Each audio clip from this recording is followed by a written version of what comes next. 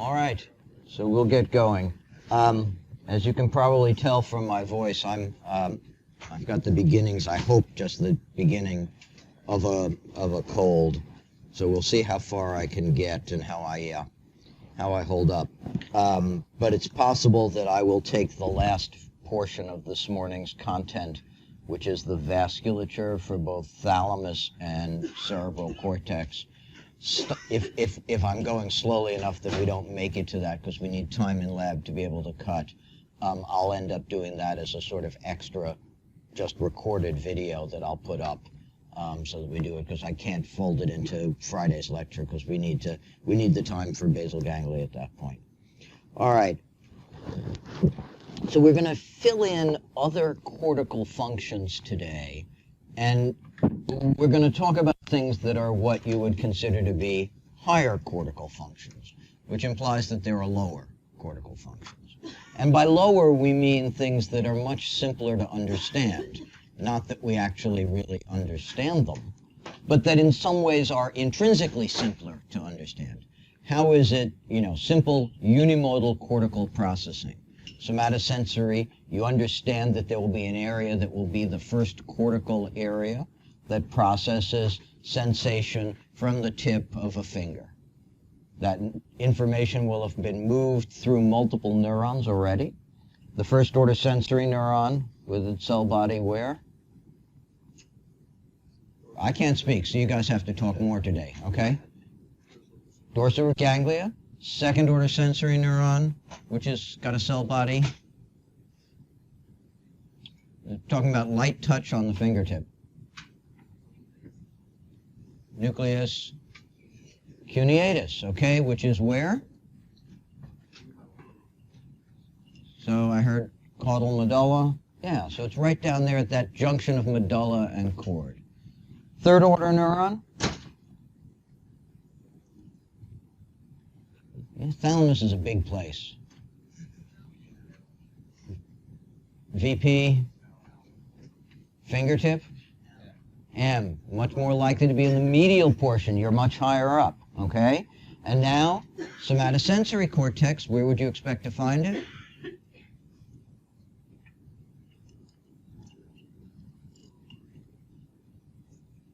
Let's start big picture. Lobe. Which lobe? Parietal. Which gyrus? Postcentral gyrus. Roughly where? Yeah, right around here. Medial, lateral, deep. Fingertip. Yeah, it should be pretty far lateral. Should it be very close to the convexity or close to the Sylvian fissure? Yeah, it'll probably actually for the fingertip be about halfway down that run, about where the hand shows up, okay? So we've got all of that, and although we don't really understand the coding of sensation, we at least know where to find it. But now let's think about how it is that you decide what you're going to think about doing and in what order next Thursday. Okay? What's the basic first order neuron for that? Well, there's something about a concept of the future. There's something about the concept of next Thursday, but you have to think about what's happening on Wednesday and Friday. You don't have any first order, straightforward, simple, I know where it begins and I know where it's going. Okay? So that's what we mean when we talk about higher cortical function. How do you do those things that don't begin with just a simple, clear stimulus? Light hitting the retina, sound waves hitting the ear, hot water touching the fingertip, and don't come with just a simple output of firing motor units that contract your biceps. Okay? How is it that you come up with a complex plan that balances all sorts of different types of information and makes decisions? Okay? So, all of that has to have thalamic content coming into it, because everything that the cortex does is essentially reciprocally connected with thalamus. But it won't be any of the individual nuclei that we think about. most of what's going to be generating it is going to come from where?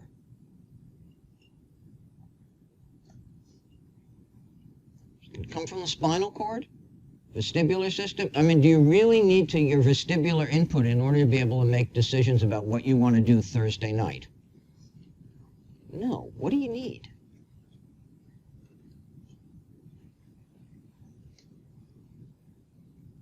Where would it come from? What type of input would you need?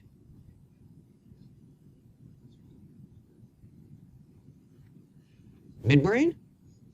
This is all driven by the red nucleus? Now, what's it going to be driven by?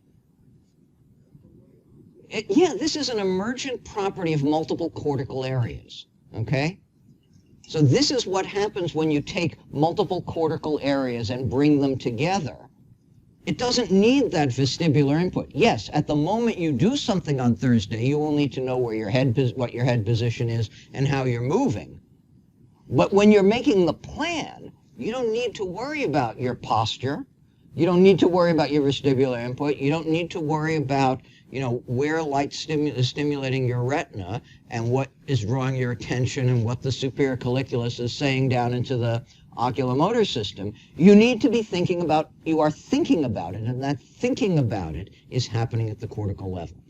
And what we're going to talk about this morning are really a series of higher cortical functions about things such as language, motivation, engagement, decision-making, executive function, visuospatial perception. How is it that you know what the world really looks like around you rather than just the individual components of it? And we will identify areas that are critical for them to function. You should not imagine that those areas do this all on their own. They, in fact, are critical nodes in networks that allow these properties to emerge. But as we'll talk about in the second half, much of it depends on what wires those networks together. And what's going to wire cortical areas together?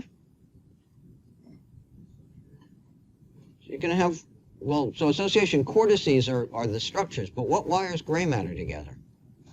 White matter. And what type of white matter bundles do you need?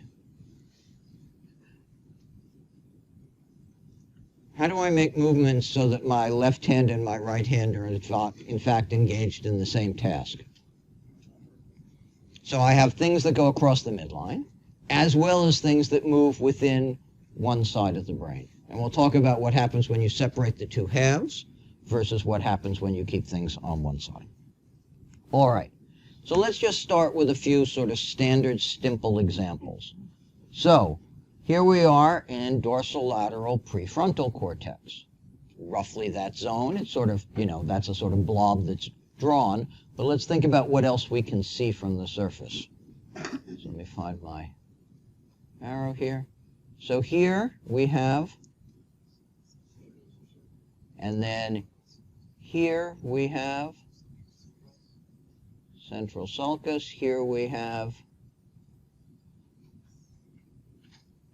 in front of it, precentral sulcus. What stops at the precentral sulcus? Inferior, middle, and then hard to see here, superior frontal gyri.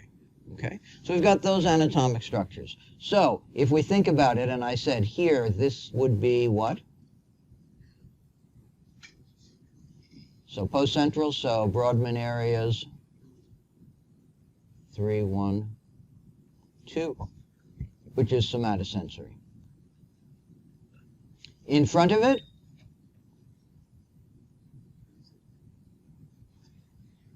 who? Precentral, but Brodmann. 4, and motor. We talked about the pieces that sit in front of the motor. What are they? Yeah, premotor and the so-called supplemental motor area. All right?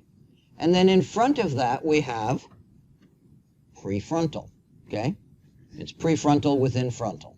And this dorsolateral region, we know mostly about from the consequences of what happens when you take it away. So much of what we're going to talk about today is learned from either stroke or trauma or tumor or something that disrupts function in that area. Okay? When we think about things that disrupt function, we also have to think about whether they are increasing activity or decreasing activity. So you can sometimes see increased activity in a brain region. What would that be considered? Yeah, seizure.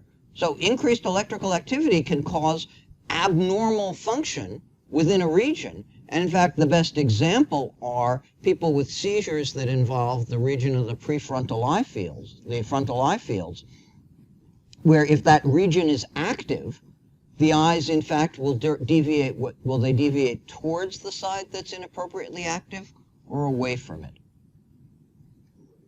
Yeah, they go away, whereas we normally think that in a frontal eye field lesion that the eyes look towards the lesion because you've lost activity. So during the acute phase of a seizure, when it is firing, they can be on the opposite side, and then in the postictal afterwards, when it's not firing, they often drift back into the other direction. But here, that we mostly know from lesions that people become abulic. Abulic, what does it mean? Yeah, lacking bulia. Okay, flat. Not responding, not with emotional content to any of their actions, not interested, passive, indifferent.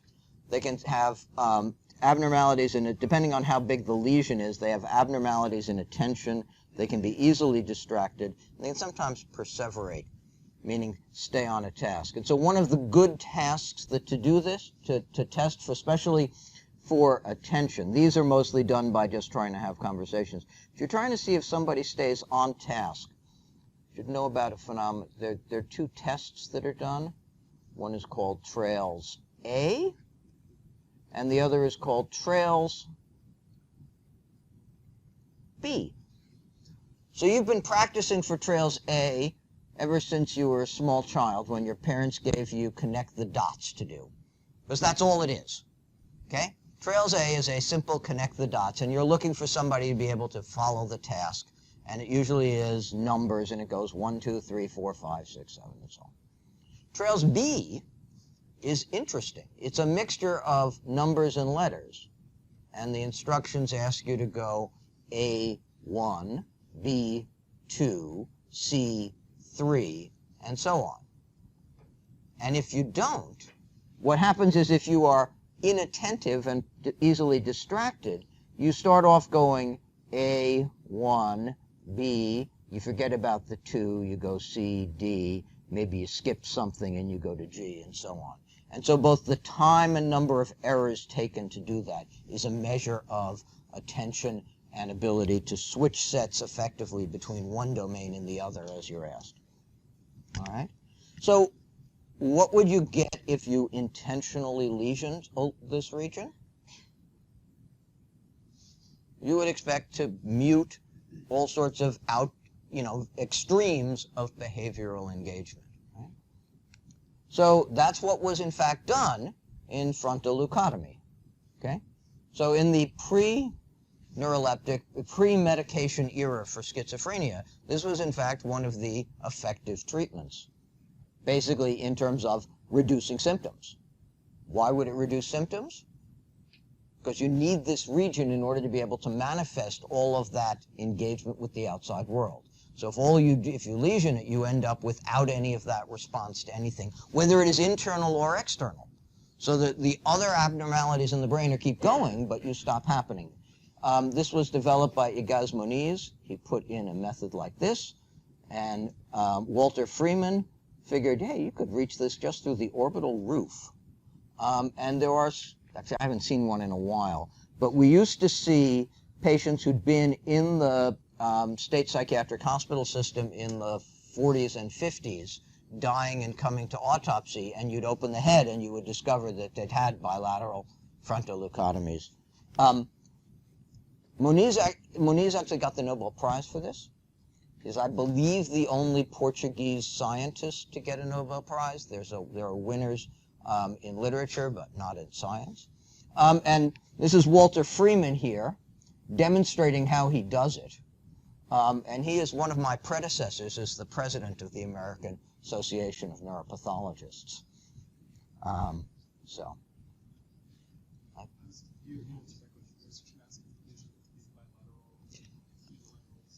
So most of the time they need to be bilateral, and they were done bilaterally, because you basically are able to use both sides independently. So how about the orbitofrontal? Yep, get there.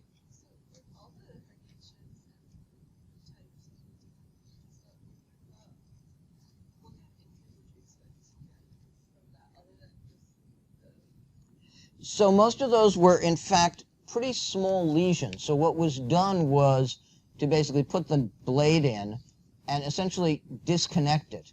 So you didn't try and damage the whole cortical area. You basically put it in and just cut all the white matter coming to it. And by cutting the white matter, you basically isolated it. And so you had no effective function. So how about orbitofrontal? This is that other big, broad zone of prefrontal cortex. It's color-coded here. And if you look, what's number 14? Right there. It has a name. I've mentioned it a bunch of times.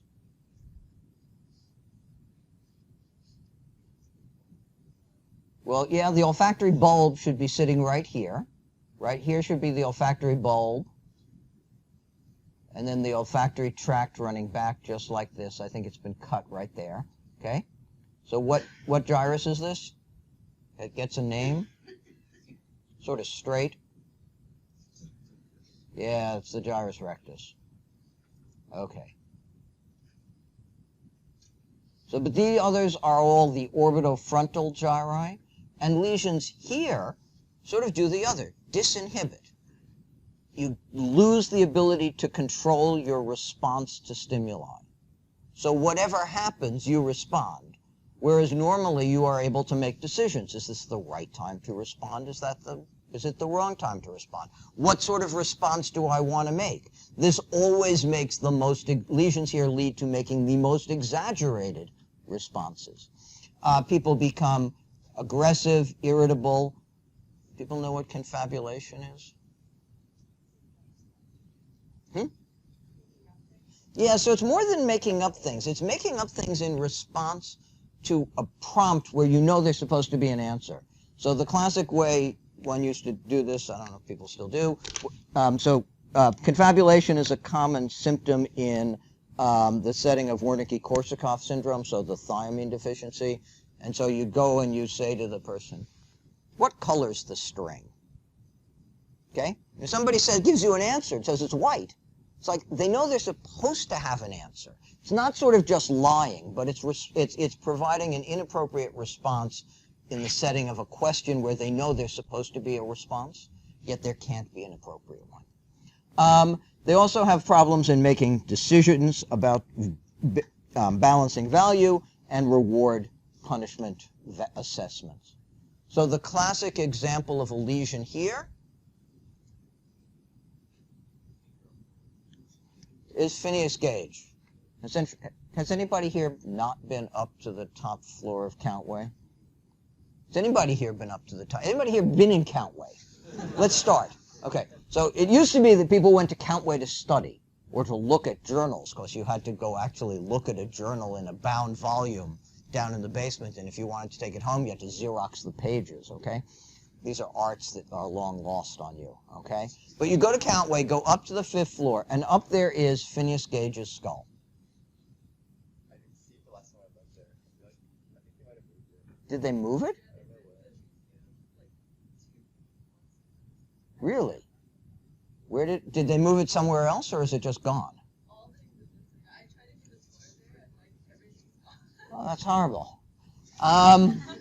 So anyway, so Phineas Gage, 160 years ago, is working, tamping down railroad spikes, and there's an explosion, and the tamping rod goes through his head.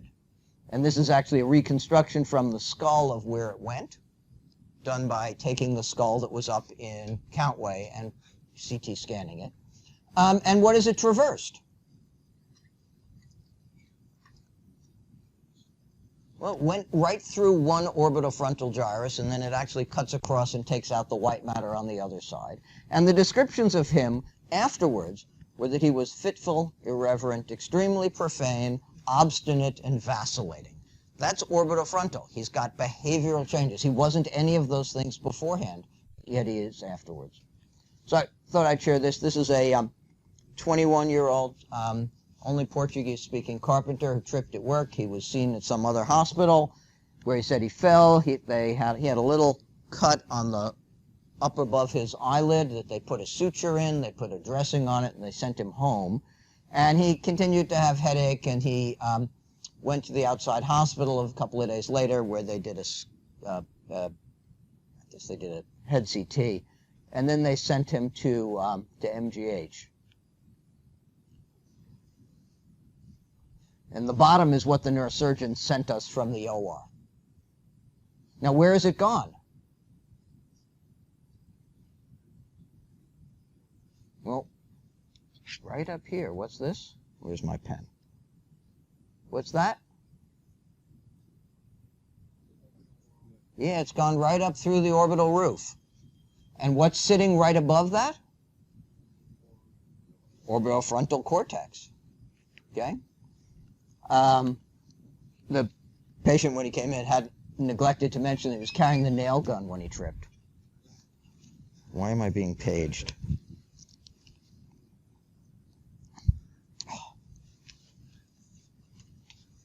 I just need to call because they did not switch the pager over to somebody else.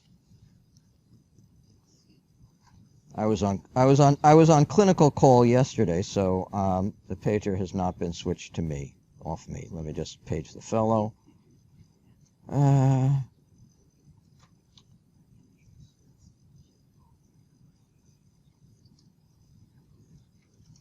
Sorry about that.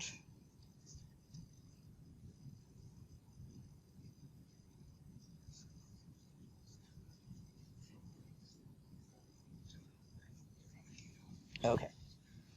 All right.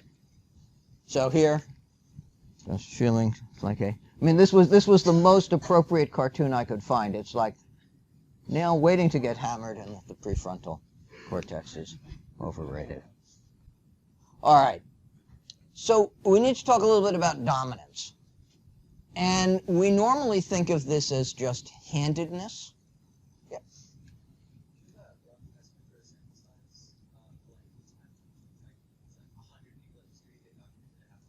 Oh, yeah. So, I mean, orbitofrontal lesions, they're not infrequent post-trauma, and they will be pretty consistent.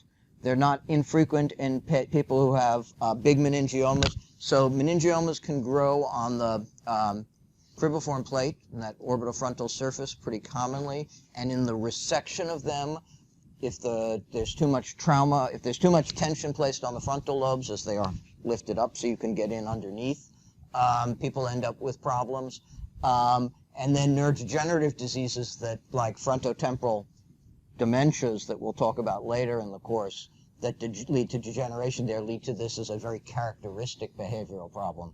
And in fact, one of my colleagues at UCSF used to say that in the patients with behavioral variant frontotemporal dementia, where the frontal poles are the first portion to degenerate, the reason patients don't show up in clinic most of the time is because they're back in jail for having done something. All the time as behavior, they have all these behavioral variants, and until the family responds and sort of provides some structure, they're getting arrested continually for some sort of inappropriate type of behavior. All right, so when we think about dominance, it is much more than just handedness, but there are a whole series of functions that are relatively restricted to one side of the brain in adults. They are often relatively plastic in younger children, and the younger children are at the time of an injury, the more likely they are to have that property mapped to the other side where it ordinarily might not be. And the ones that are aware that we think about for this are both how you write, but the side that language sits on. So language is essentially unilaterally represented in almost everybody. Similarly, calculation ability, the ability to manipulate the abstract symbols of math, is relatively unilateral. Okay? In many ways, that's somehow like language, where you are abstractly manipulating sounds and the concepts that go with them. You are doing the same with numbers. So it's not so surprising that they are unilateral together. And the other is spatial awareness. How you see what's around you has a dominant side. So first Julia, then Emery. Yes. So people who are multilingual, it is all in the same general hemisphere. It's all in the same hemisphere. There are lots of nice case reports of people who are multilingual and post-stroke lose only one or the other. Most of that is in people with later life acquisition. So people who are truly bilingual from the beginning, things are very much more mixed than if you learn a second language when you're 10. Then you are using secondary circuitry to basically learn that language, and you probably have learned it in a different way. But the other is spatial issues. There's not a harsh cutoff. Sort of the earlier it is, the more you are. I mean, you're all out of luck.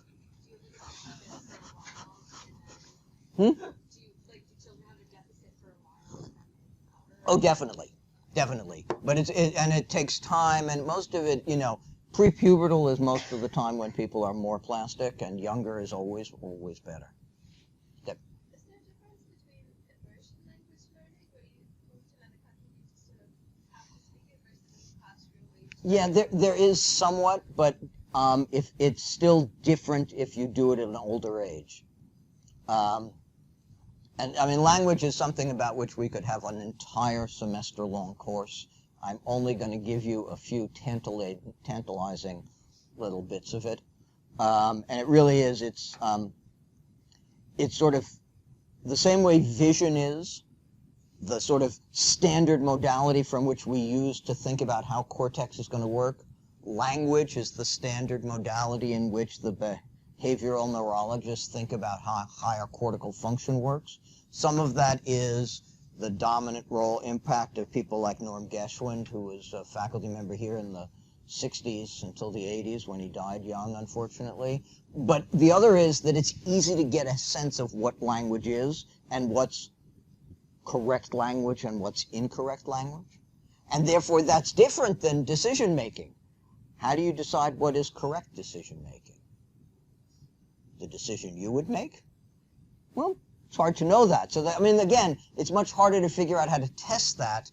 And so language is sort of the central piece always for sort of behavioral neuroscience. So when we think about these sorts of components, we mostly are moving more posterior. That frontal region is really about value decision assessment. And this is much more operational. So when we come into the superior parietal lobule, back here, what is it next to? Well, it's right in front of it. Somatosensory cortex. What do we know about the sensory processing organization? As always, think about the visual system and model everything else on it. You begin with a sort of central zone, and then you spread out, doing more and more complicated things in the areas around it. So you've come in with the simplest bits of somatosensory sensation right in front of this, and now you're moving to something more complex. What's behind it? Yeah, your visual information is being processed and processed and processed. And so you're going to bring those two together, and this leads so that lesions in this region are about abnormalities in your visual spatial processing. Okay?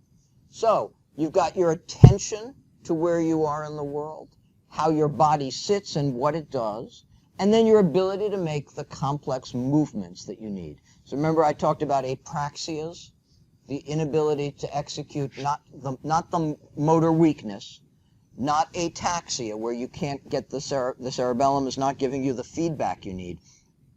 but rather the inability to take the idea, comb your hair, and make the movement that goes with it.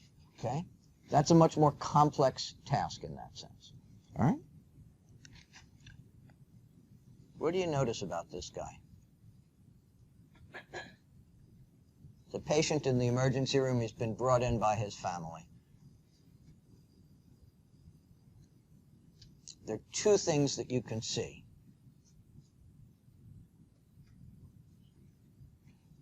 Somebody?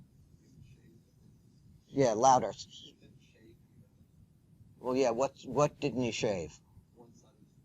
Okay, which side? Left side. How about his eyes? What are his eyes? Which side of the world are the eyes looking at? Right side. He has got left-sided neglect. He is unaware about the left side of the world. Okay? This is different from having a field cut. Okay? People with field cuts usually aren't aware. Why not? Okay?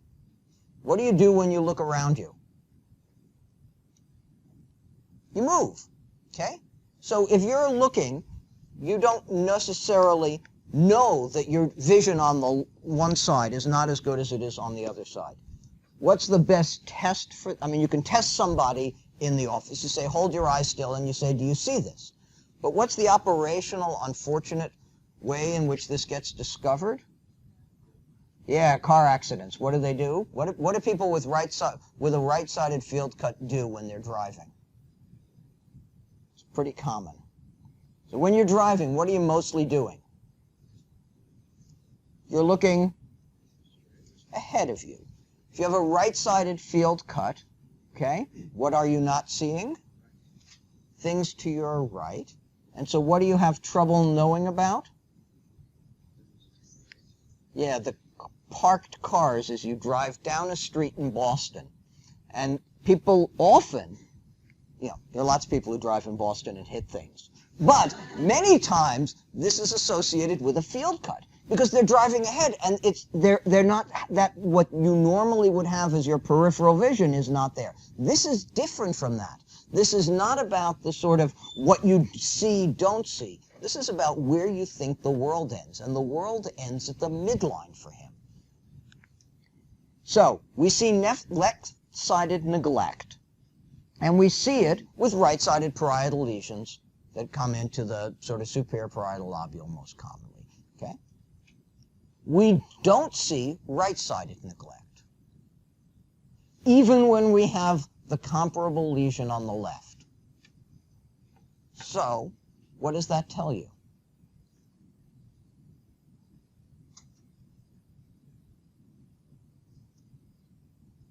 Why wouldn't if you lesion the right and you get left-sided neglect, the brain basically is always organized in the cortex contralaterally.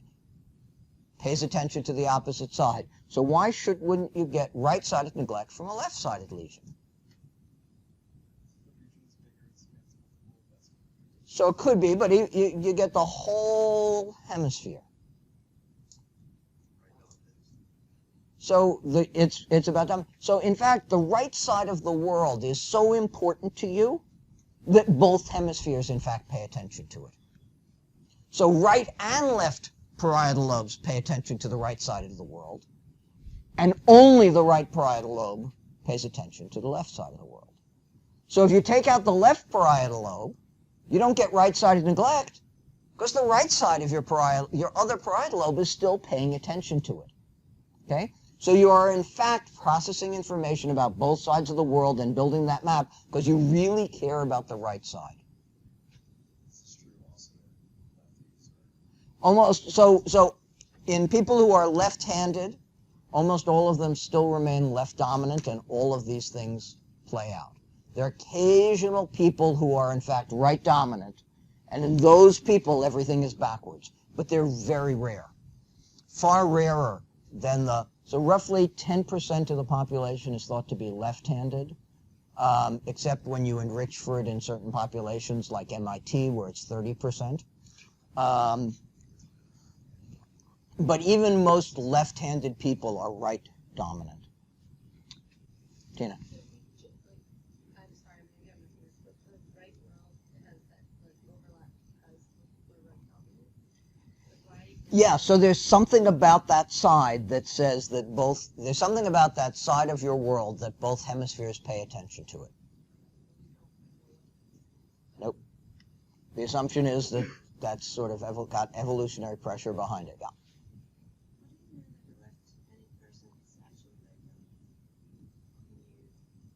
So if it happens after lesion, you're stuck. The assumption is that if you see it, if they have a unilateral lesion. If you really want to test dominance, there are a whole bunch of things you can do, one of which is language testing. And you can either do it with fMRI, so you use basically the brain activity signal to look for it. But the other way that language is tested is what's known as the WADA test.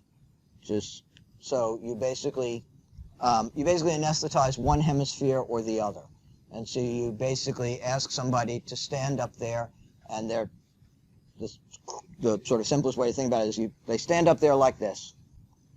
And you ask them to talk, and at the same time you put an injection of essentially a short-acting anesthetic into either one carotid, so they're standing up here talking, and you put an anesthetic into the right carotid, okay?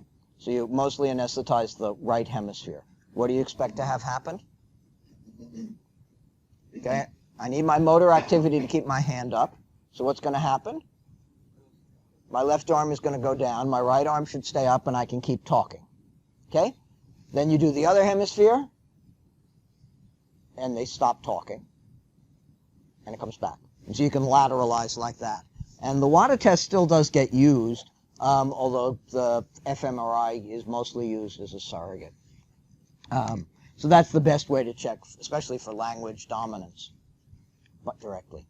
So when we think about the inferior parietal lobule, okay, we know it's made up of the angular gyrus back at the angle of the Sylvian fissure, and then the supramarginal gyrus. This has also got somatosensory and visual, but what else is it really close to now? Auditory. Where does auditory live? Whose gyrus?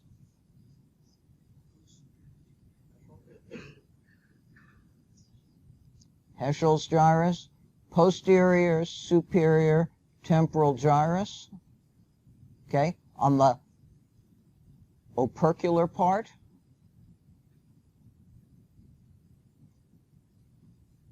Sometimes said as pars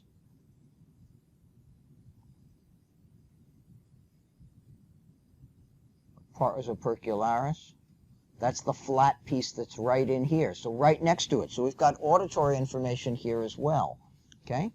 And so with this, we get problems balancing associations that are across these modalities. It's a place where visual, auditory, and somatosensory come together. And you need that area in order to be able to do processing of language that includes visual processing, reading, and the like. You get difficulties with being able to recognize objects based on their feel.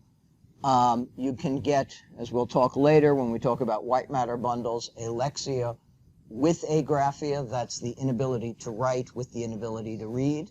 We'll also separate out the inability to read from the inability to write.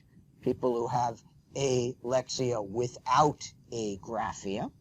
And then if it happens on the right side, you can get problems with MAPS formation and neglect because you lose that left side of the world as a part of your parietal syndrome.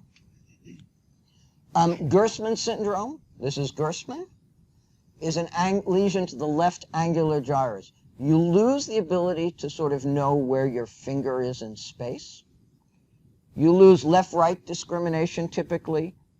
Agraphia, problems writing. Acalculia, okay? This is not the inability to count, but the inability to do the manipulations of numbers for calculations. What do you need to have what do you need to know if you ask somebody to do an arithmetic problem and they can't, and you want to blame it on the lesion?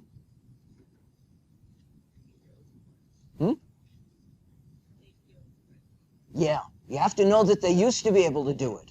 So if you ask somebody to do some complex multiplication problem in their head, and they didn't have the education that allowed them to do it, they won't be able to do it before or after a lesion. So the problem is that these days it is really hard to come up with calculations that don't fall into this problem. So typically you will ask somebody how much money is 10 quarters.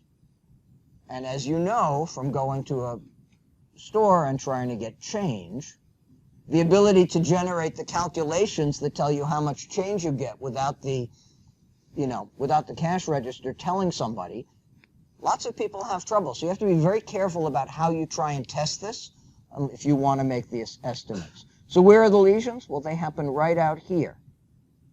Is that where I said we were?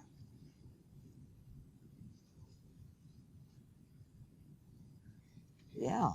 So which side would this be? Left. So now here's the next challenge, and we're going to slice brains in lab today, or I'll come through and slice. You've got to be able to go from a horizontal slice and think about where would that be on the surface. Okay? So where would that be? And the answer is it's going to be in the inferior parietal lobule, but how are you going to know that?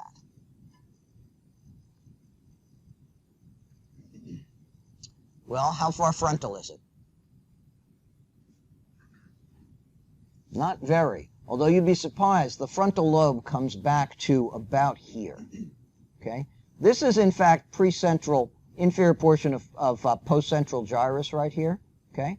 This is going to be our occipital lobe. Right around here is going to be where if you bring it up high, it's going to be the parieto-occipital notch on the medial surface. Okay? So this is going to be our parietal lobe here. This is going to be occipital lobe, and then we're reasonably inferior down. We're about at the widest part of the head, right? That widest part of the head is about where that inferior parietal lobule is going to sit, right around here. So that's a cut just about like this, right? And we've just got that lesion here in the angular gyrus right there. Bingo. Right there. Okay? And that translation from horizontal plane to external to coronal plane is something you need to start to practice now. We'll have the brains in lab cut to look at that. So remember we talked about the insular cortex. Okay? So we've talked now about abstract. Yeah, John? I was going to ask, why do you use operate with inferior parietal? There's not a good, clear reason. Most of these are higher cortical functions. They're not like a visual field cut where I say, I know exactly what fibers bring that information in. Okay? That's why they are, in fact, complex cortical functions. Okay? So when we think about the insula, what does it do? Well, first of all, where does it sit again? So this is temporal lobe. What would this be? It's labeled the transverse temporal gyri. Right back here, what would you expect to see? Horizontal, sitting on the superior surface of the posterior temporal gyrus. That's going to be auditory cortex. What's right here? This is central sulcus. This is going to be somatosensory cortex coming down. What's been cut here? Yeah, we cut off some parietal lobe here and some frontal lobe so you can see the cortex sitting under here. Remember, this is a continuous ribbon. So if you look at that view was done by cutting this away here so you could look in and see. But if you look on this side, where's the insula? Here's my dot. Where do I move? Lateral. Okay, I'll move this way, lateral. Tell me when to stop. Now what do I move? Yeah, so this is my insular cortex here. And notice it is completely contiguous with, what is this? Right here?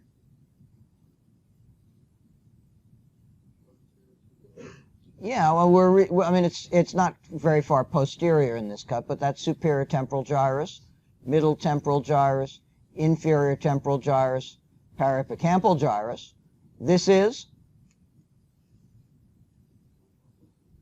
frontal operculum, but on the surface out laterally, inferior frontal gyrus. Here's what we would call middle frontal gyrus and probably superior frontal gyrus, right? So here is that insular cortex. So what are we going to attribute it? What's going on there? Well, before we get to that, where is it here? I will put my pointer down some random spot. Where do I go? Okay, so I go anterior. Where am I now?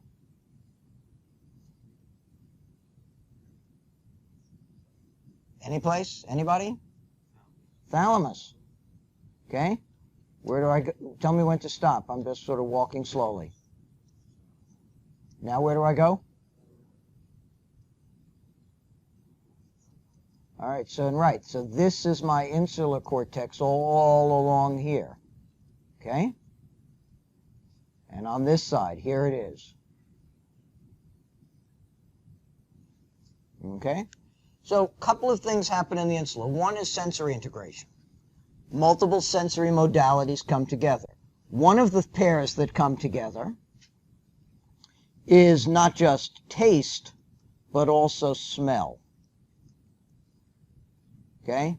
So olfactory and gustatory come together in the insula. That's where you get the complex appreciation for food that currently with my cold I will have absolutely none of when I have dinner tonight. All right? Okay? You need to bring them together. They begin completely separately. Why don't they join in the thalamus?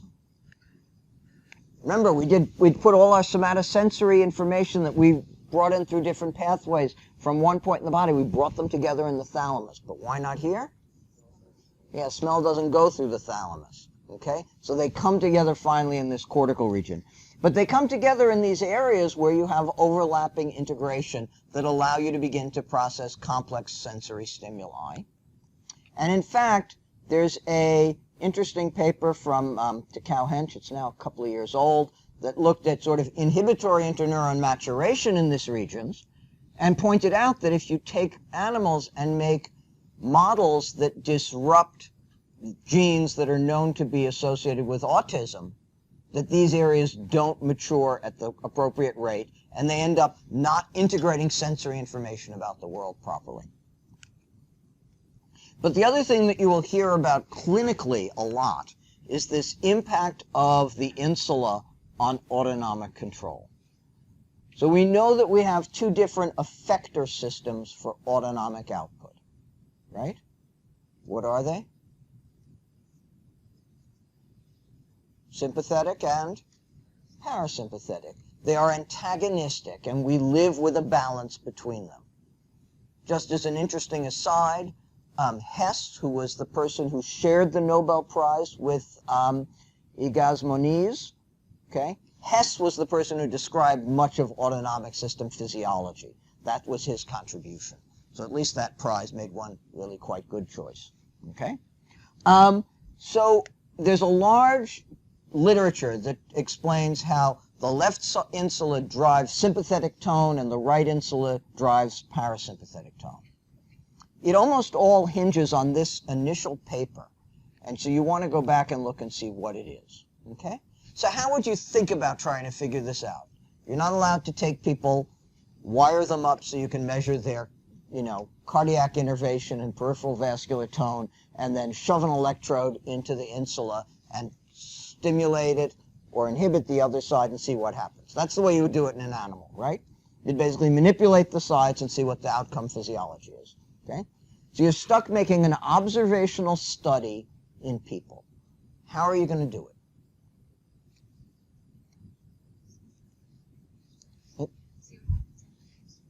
So you look at, see what happens after they have strokes, and what are you going to try and compare? What are the strokes going to be? Left versus right, and then Well, not every stroke is going to involve the insula.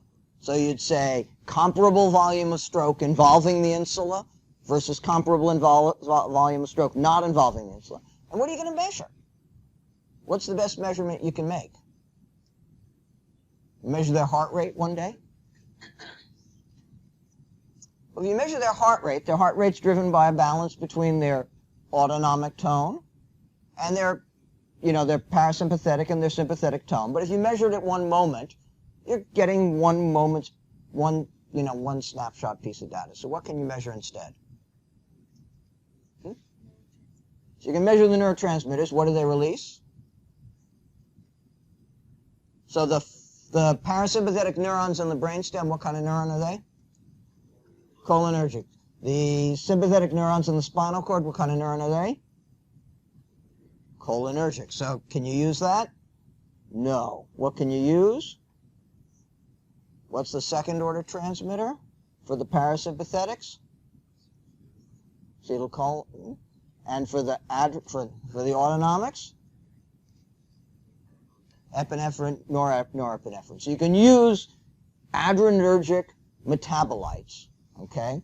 And in fact, what was used was to look at these, they report norepinephrine and epinephrine. I think they actually report what they actually measure are the metabolic products in urine. So what you're getting is essentially a sort of integrated signal of autonomic activity, okay?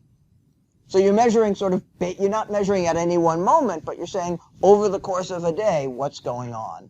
As it's collected in the urine essentially is giving you a mean average of that signal. And so the labeling here is somewhat confusing. So the NI means not insula, versus the I's down here are insula strokes. And then you've got left hemisphere, right hemisphere, left hemisphere, right hemisphere. And if you look, the only people who've got in the post-stroke period, from when they're admitted, 4 hours, day 2, 3, 4, and 5, okay? The only people who have a rise in any significant level in their norepinephrine and somewhat epinephrine are people who lose the insula in the right hemisphere, okay? So this is, in fact, the data that says that there's this asymmetric control over autonomic function. You can then go on and find all sorts of case reports and things like that. But this is actually this is the foundational data. It's okay, but nobody has actually shown you the extent to which other brain regions might be involved, because no one gets a stroke that is pure insula. And we'll see why when we come to the vascular anatomy at the end of the morning. But the basic thing that one should remember is that if you lose the right insula, you shift in favor of increased sympathetic tone. Okay? So what's that going to do to your heart? What's that going to do in somebody who's got underlying heart disease? Yeah, it's going to give them significantly greater cardiac stress. What's the possible outcome effect of that? Well, maybe they don't make it because of their increased cardiac stress. Maybe they drop out. Maybe they don't make it to have all 5 days if they die at day 2. Okay? So that's the other sort of thing. Any study like this will have the ascertainment bias of you have to live to day 5 in order to have had your data included in the study. Okay? All right. Yeah, just a question going back. I don't know if I missed this, but why when you enter your left hemisphere, it's like you don't see the rocket? So the answer is there's no clear reason, and probably because there's a certain amount of tonic activity. But the only issue is that if you lose it, you are basically allowing the other side to drive. You're allowing the autonomics to overrun. Okay, so I want to talk a little bit about the concept of dorsal and ventral streams, because it sort of comes into play a lot. So when you take in visual information, you're basically going to use it for 2 sorts of purposes. One is what we call the what, recognizing objects. And now that we have language, naming objects.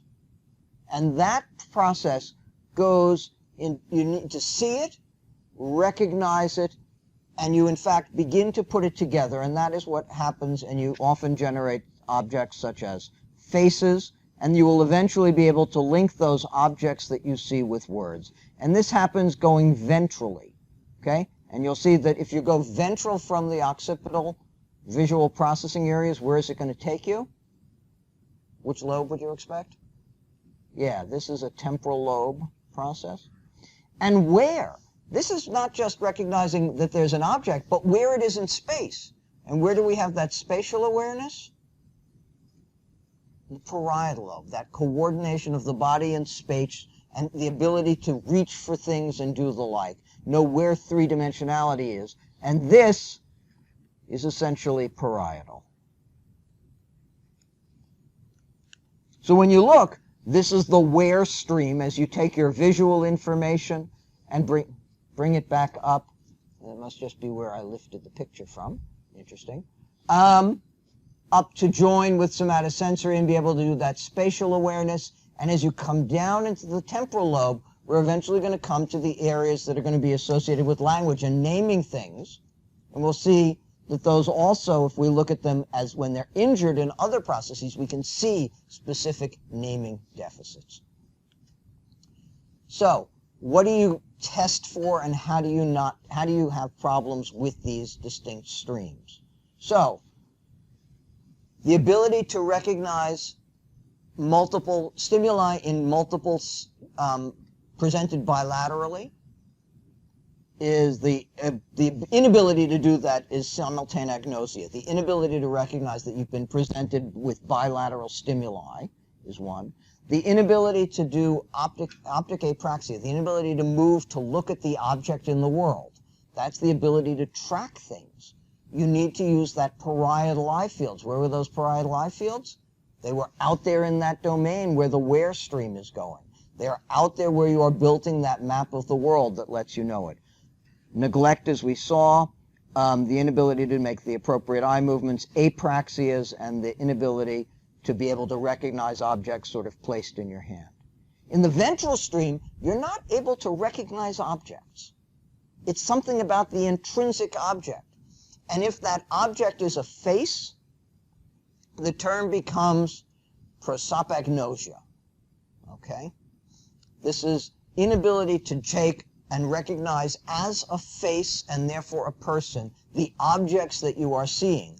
Eyes, nose, mouth, hair, overall face shape. Okay? You also have to, down here, you lose the ability to, you can lose with lesions the ability to recognize distinct colors.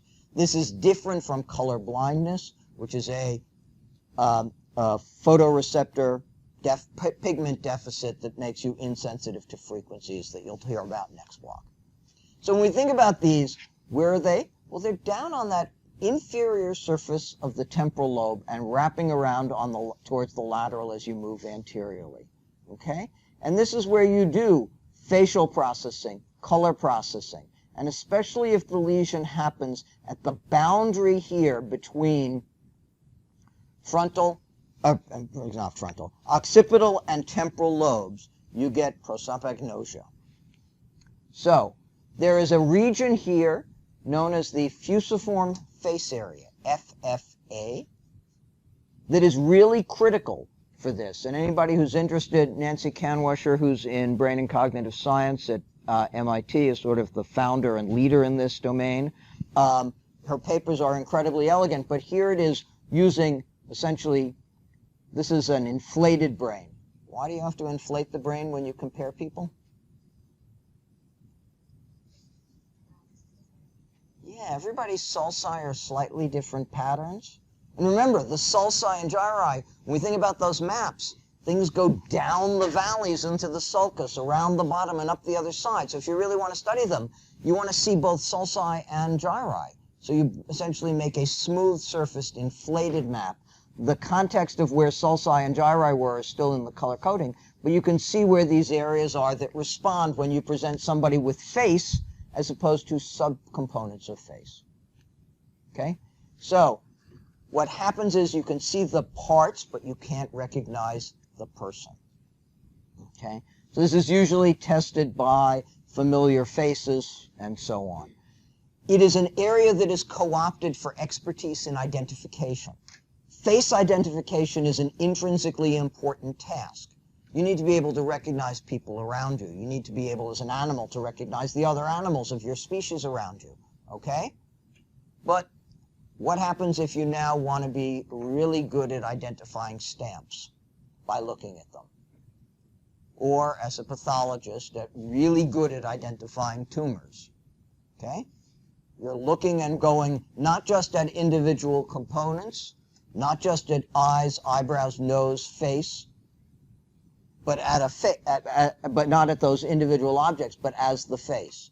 And this is what gets used by people who are expert identifiers. People who can identify birds by profile as they fly are using the fusiform face area for it. It's a module that you can use for that type of task.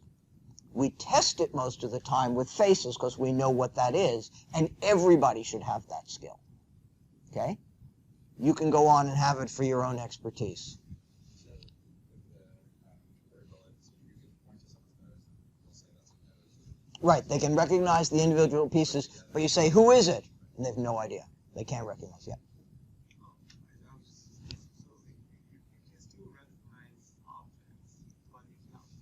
You can't put them together into that complex structure, especially ones that you need to recognize and name based on not just the pieces, but the full structure. Yes, but and self is very different than anything else. So whereas that sits back here, it's very poorly defined, and that was one of the things that makes it hard to study. So in fact, one of the things that Nancy has been doing is trying to get people who can, because the question is, what's the cortex? What is the physical area? What is it wired to? So it's really hard if you don't know where it is, unless you identify it functionally. So how would you do this study? You want to do the anatomy on it, but you have to identify it functionally. So you study somebody functionally, and then when they die, you know where it was, and you study the brain.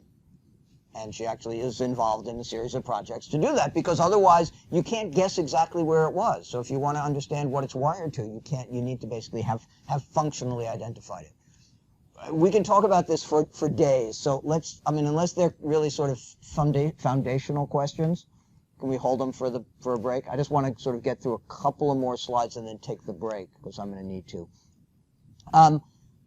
We use these areas for visual perception as well. They become active when you try and recognize words. So think about it. When you look at a face, you don't actually see the individual components. If I write a word on the board,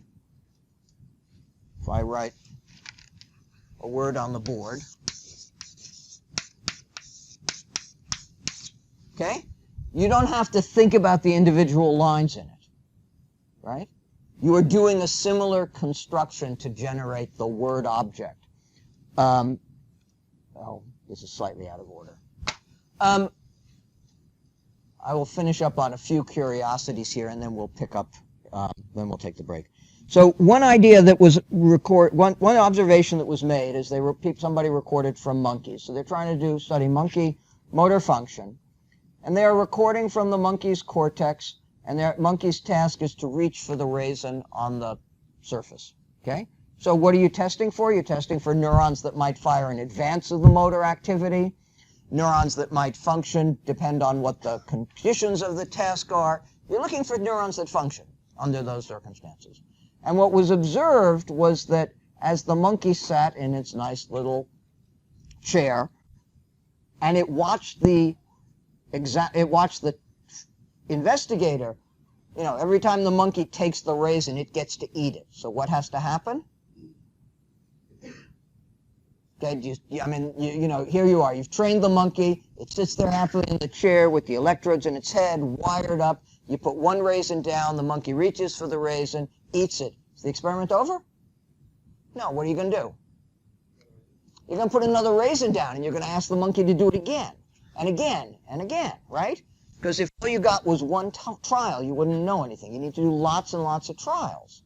So what was observed was that there were neurons in the monkey's brain that fired not when the monkey moved, or when the monkey moved, but also when the monkey watched the other monkey put the raisin there.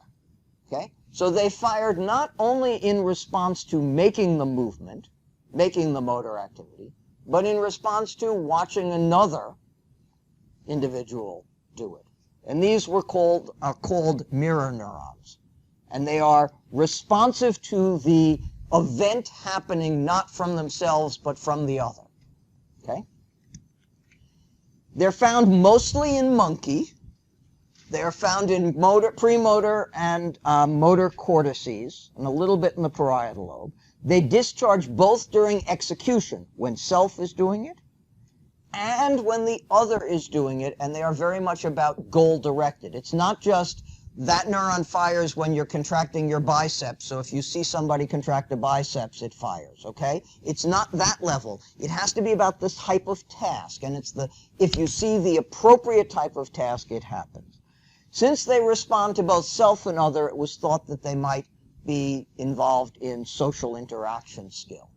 This is a massive extrapolation. For the other reason is that we have really almost no data for mirror neurons as individual neurons in humans. There are people trying to look for them in patients who are undergoing awake craniotomies with electrodes in motor areas. And then you just see if you can find cells that fire when the examiner is doing the equivalent of putting the raisin out. Okay? And you look for it. But it's not been really very well documented. There are a couple of papers that end up with a few cells in very high impact places. Let me say a few words about theory of mind, because it's sort of like this. This is the capacity to infer that someone else has their own internal world. Okay? You do that all the time. Okay?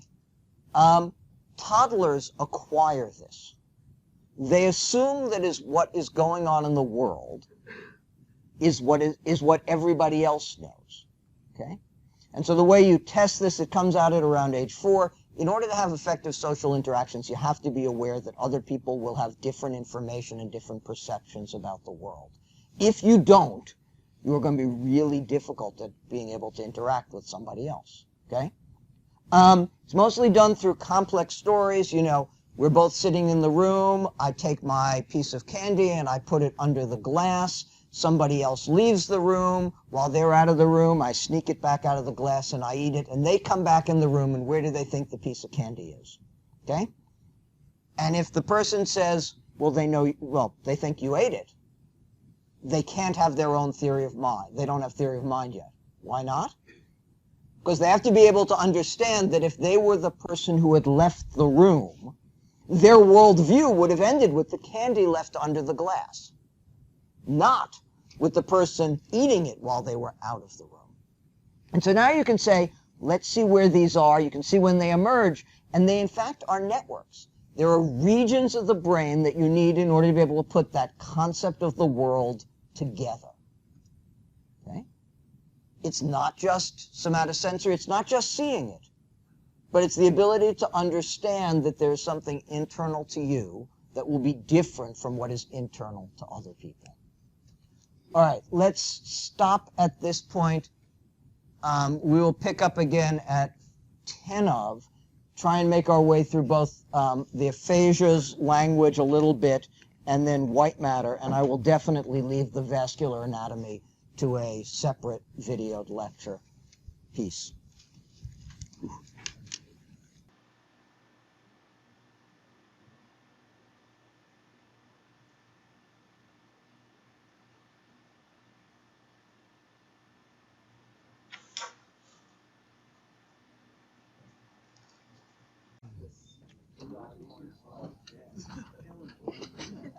All right, so when I talk about language here, this is by far a massive, massive simplification of an enormously complex topic that is also incredibly engaging, intriguing, and interesting.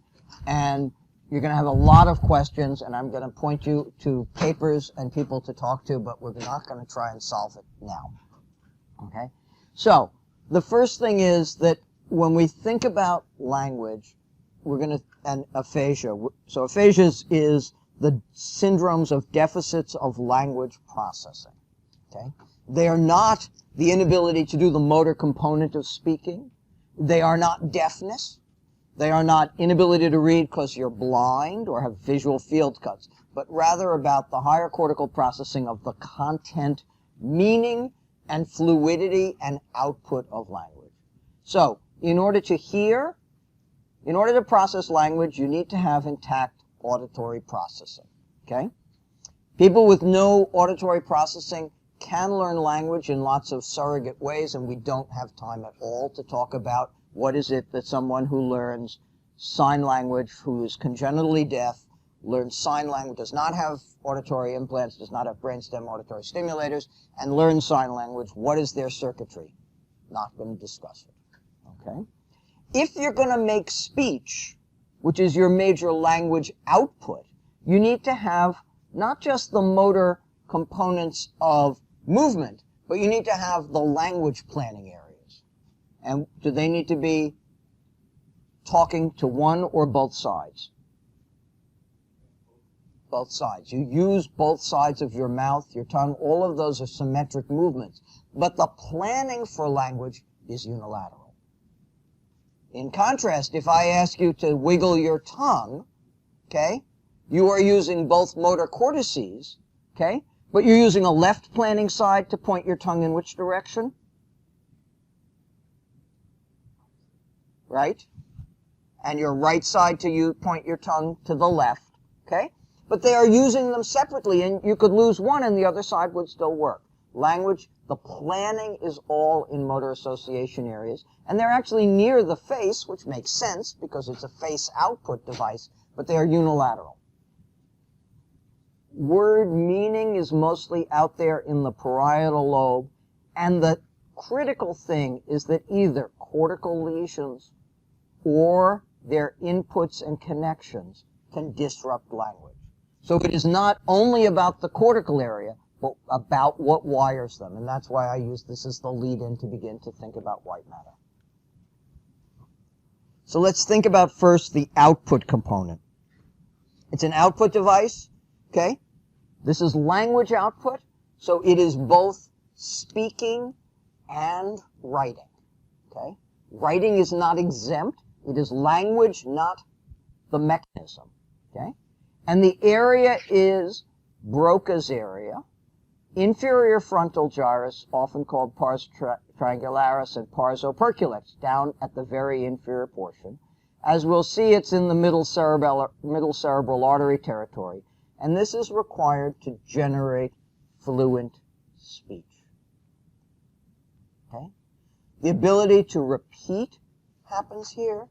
The ability to generate grammar, the ability to generate complex output. When people have lesions here, they have what is called non-fluent aphasia. Okay? Their language, their spoken language does not come out in a smooth, natural seeming manner. So, decades ago when I took this course, Nauta was the instructor for neuroanatomy, and Norm Geschwind, who was a behavioral neurologist at the BI, was the clinical instructor. So we went out to the VA, and Geschwind showed us his patients that he'd been studying for decades with aphasia. And the output from somebody with this deficit, Broca's aphasia, is, it sounds broken. It's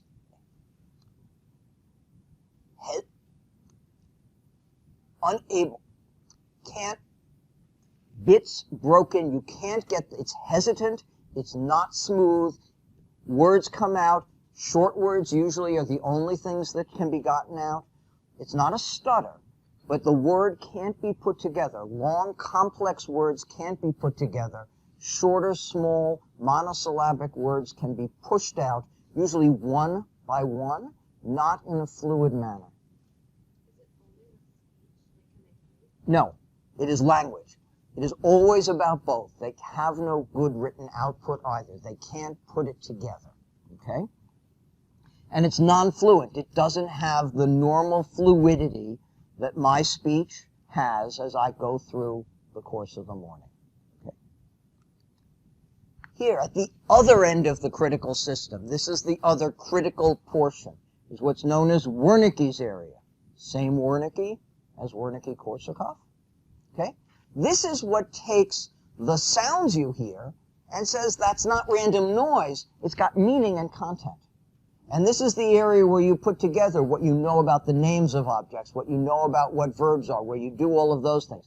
If this is your problem, okay, your output can be fine, but it won't have content. Okay?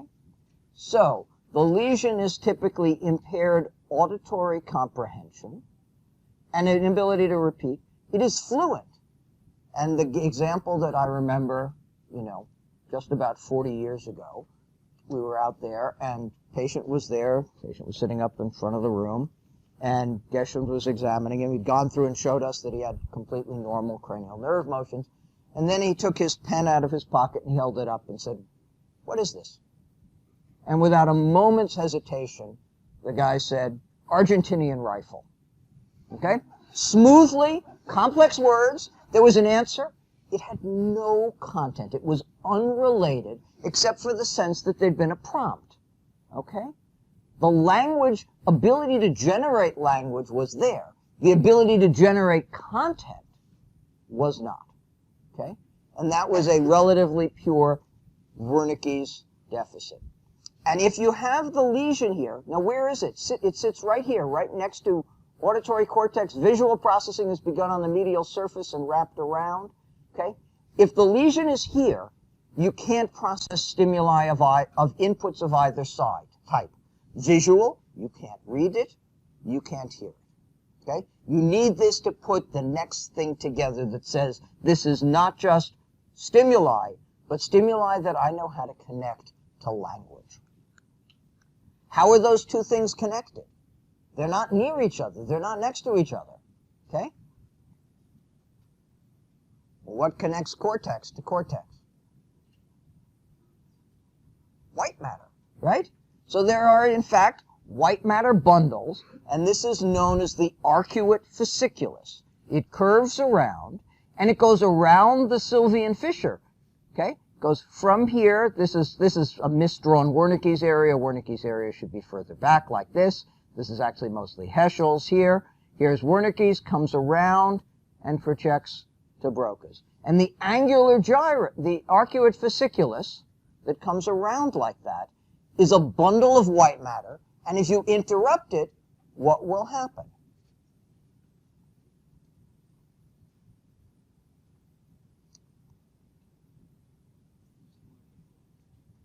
Well, it depends how you interrupt it. If you interrupt it by damaging it right where it begins, what are you going to get? You'll hit Wernicke's and the fibers leaving it. You'll get a Wernicke type aphasia. If you hit it right at the very front end, right here as it gets here, what will happen? You get much more something like a Broca's. But what happens if you cause just a white matter lesion right out here in the middle? Wernicke's area is working, but it can't talk to Broca's area.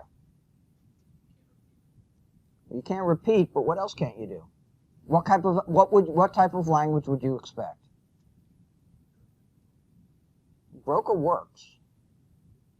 So you actually get something that looks much more like a Wernicke type because you don't have the ability to use the information that you generated, but the mechanical output components, the ability to create the movements, is all intact. And this is what Geschwind described, and anybody who's really interested in sort of a beautiful example of how you go from clinical observation, which is what he did, through anatomy to understand wiring should go back and read these two papers from 1965. They're long, they're in brain, they're incredibly dense, but they are beautifully written. And he goes through, among other things, all of the old German literature that essentially laid all of this out, and points out that by disrupting the connections, you get things, we're used to thinking about things only in terms of cortical regions. And he said, very presciently, that the white matter can give you comparable and slightly different, and you can actually begin to tease them apart as to where they are based on what type of information has come in and what is preserved. This is a paper, this is the anniversary paper. It's worth looking at as well, because it highlights really what we now think about, and in fact, the pictures look a lot more like this. We now realize that there are distinct areas that are identifiable that do things like hold semantic knowledge. Where is it that you keep the names of things? Okay? You know the names of an enormous number of things, most of which are in the brainstem. Okay? You are stressing, in fact, your anterior temporal lobe, which is where your naming locus really sits in lots of ways, in that temporal pole, to learn these names. If you think about it, how many names of objects do you know?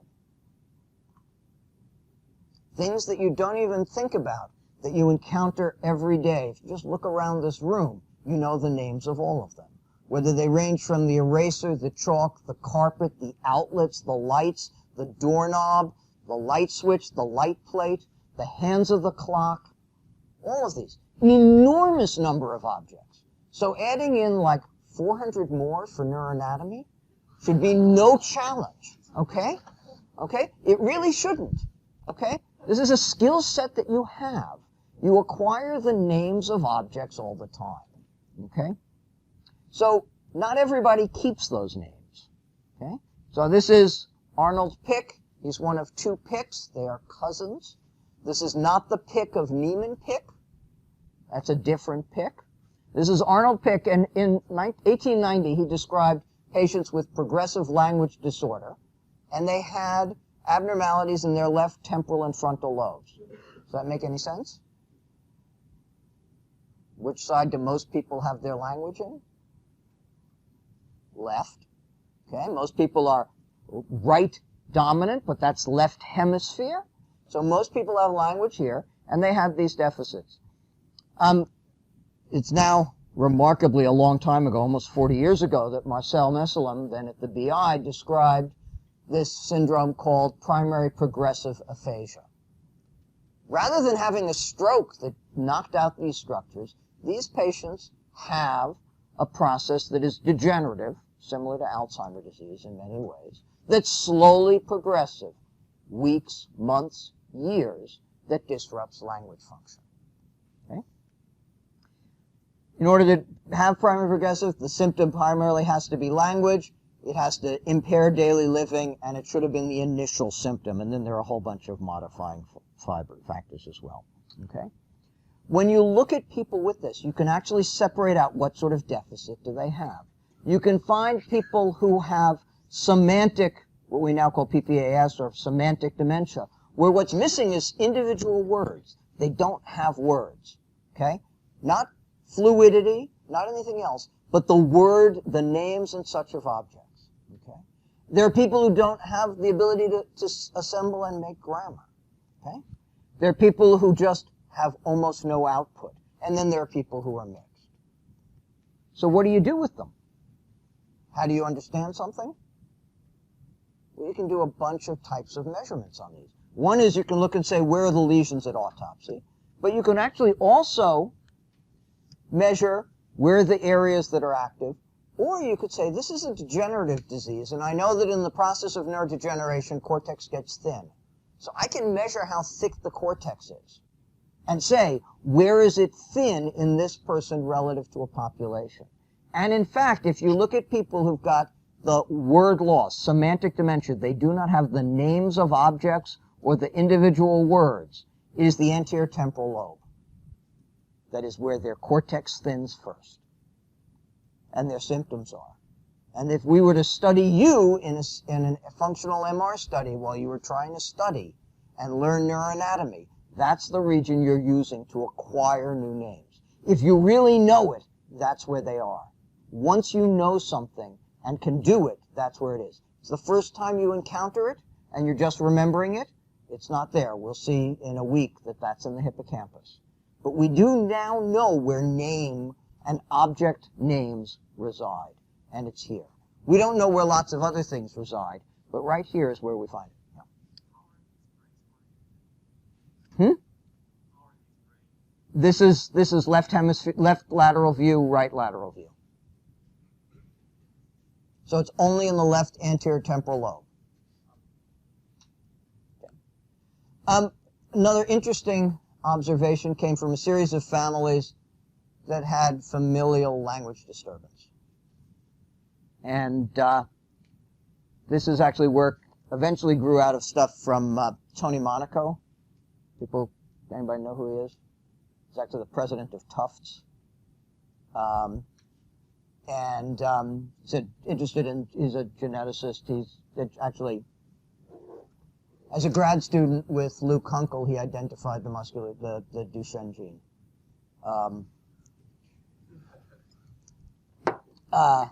But one of the things that was found was there's this family which has got a point mutation, and it mapped the language deficit maps to FOXP2. FOXP2 seem familiar to anybody? Yeah, FOXP3. Remember T cells? Yeah, what is it? Tregs? Yeah, some type of T cell. Who cares? But what type of molecule is it? It's a transcription factor. Okay? So here you have a transcription factor that turns out to be brain specific. That when you disrupt it, you get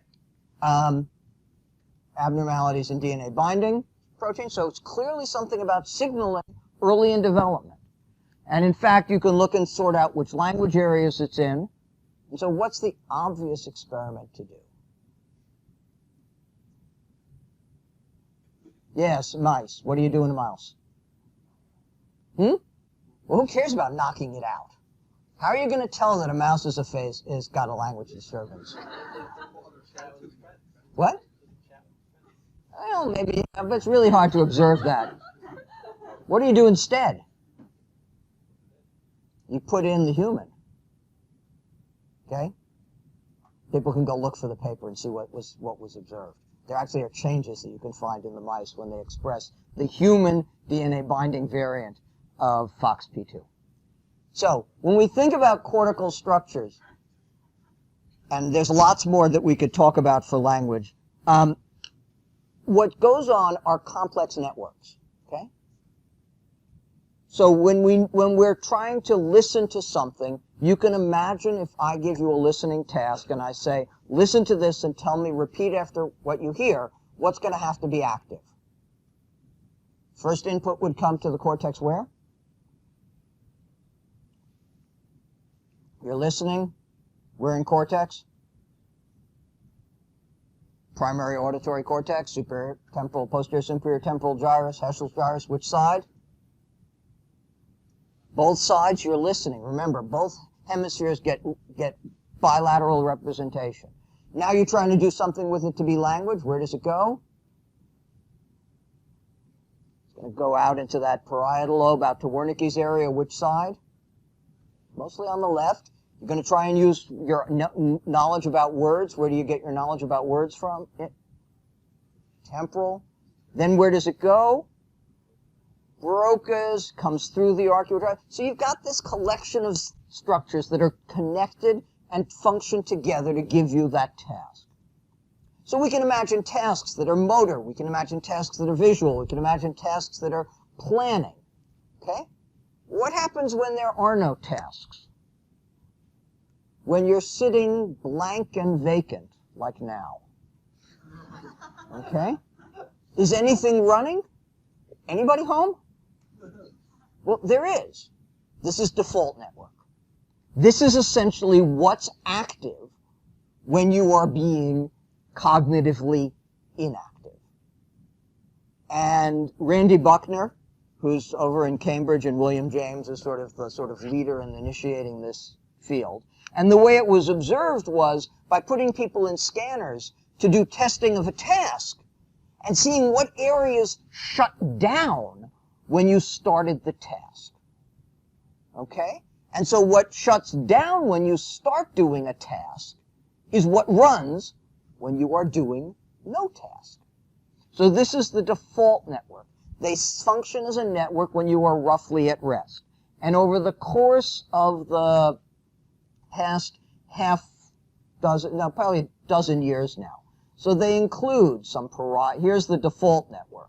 It includes some lateral temporal, some parietal, some frontal, and some orbitofrontal. So we can say, if we have somatosensory motor tasks, where will they run? Well, we know where they'll run. Okay? If we have visual tasks, we know where they will run. If we're asking you to pay attention to objects, we can sign that. We can ask you to make decisions and control. We can ask you to sort of say, does something matter? And all together, by the time you put these overlapping networks together, you've accounted for all of our cortical surface in our white matter. Okay? But we think about them as being independent. And there are distinct disease processes that tend to, I'm going to use the word spread, even though we don't necessarily mean spread physically one place to another, but tend to involve networks piece by piece.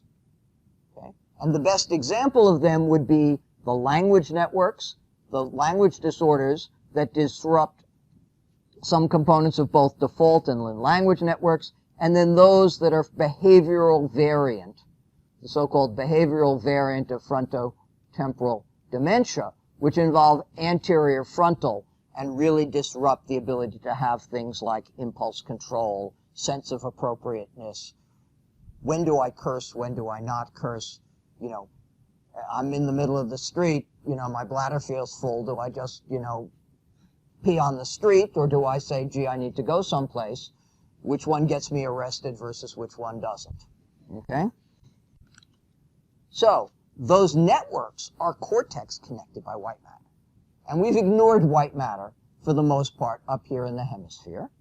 And if you work in mice, you can mostly ignore white matter because they don't have very much of it. But you can't really in humans. Okay? We've talked about a lot of white matter bundles. We talked about things like corticospinal tract, spinothalamic tract, rubrospinal tract, central tegmental tract, and so on. But they're small. And they were just going one point to point. And now we're talking about huge bundles of white matter. And so some is what we have to go from left to right, things that cross the midline. And there are two main bundles, the corpus callosum, which connects frontal, parietal, and occipital, and then separately the anterior commissure that connects temporal. Ipsilateral, one side to the other, both identical areas and then not related areas. We already know about the descending fibers. What's our best example? It leaves the cortex. It goes to the spinal cord. What's a good ascending fiber bundle?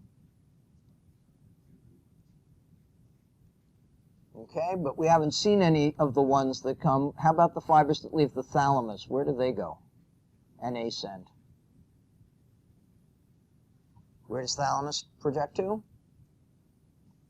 Cortex, right? So we've got thalamocortical fibers that we've been ignoring all the way along. And then we've got bundles that go from one area of cortex to the other, but without crossing the midline.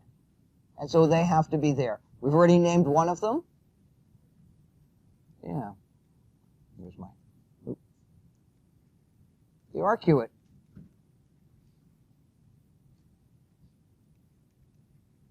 Vesiculus. So what white matter bundles here? Yeah. What's going to be here?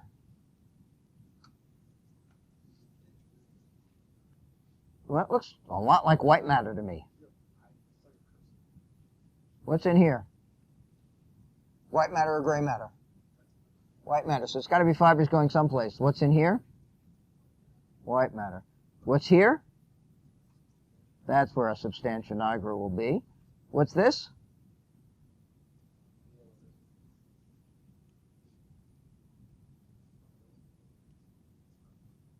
What is that?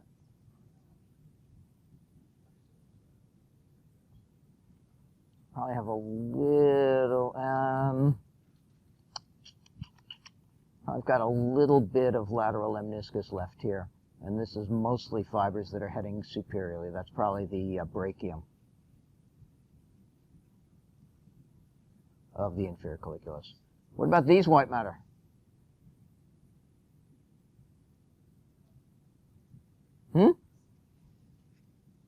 Use that anterior temporal lobe. Fibers of 3. How about this white matter here?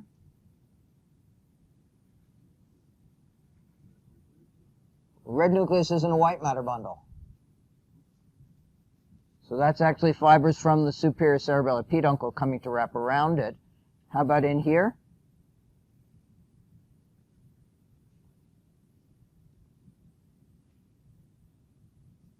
That'll be central tegmental tract. How about here?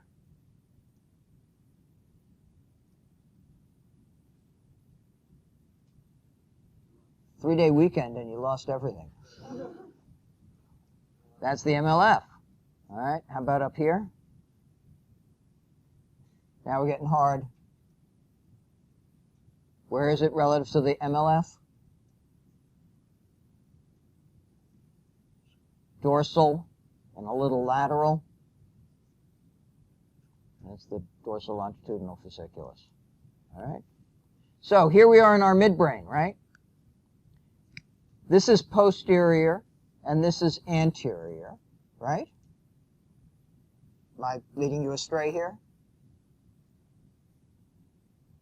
No, so this is dorsal and ventral, right? We always show it oriented this way, but in the brain it's flipped around the other way, which is the equivalent of frontal and parietal, right? So let's think again. Where do you think these fibers might come from? Yeah, frontal. And these? And where are these coming from? What's in between frontal and parietal? Nothing, right? I mean, they adjoin each other. There's nothing in between them. But what's the anterior-most portion of the parietal lobe? Is somatosensory, and the posterior-most portion of the frontal lobe is motor. And what comes out of motor cortex? Corticospinals. Ah. So these might be fibers. Now these, in fact, are all fibers going down. So these are parieto-pontine, and these are frontopontine. And what do we know the pons has that needs to get innervated?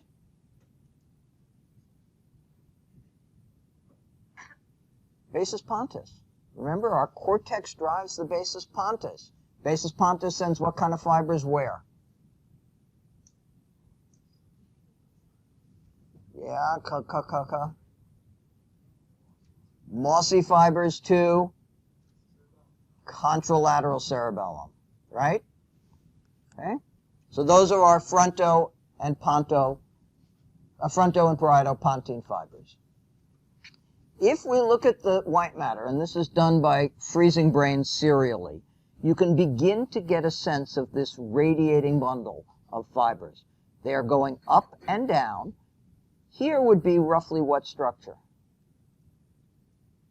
What cortical piece might you expect there? Yeah, it'd be precentral. So that's our motor. So these, in fact, are motor fibers coming down. Okay? But you see this radiating pattern. What might you call it?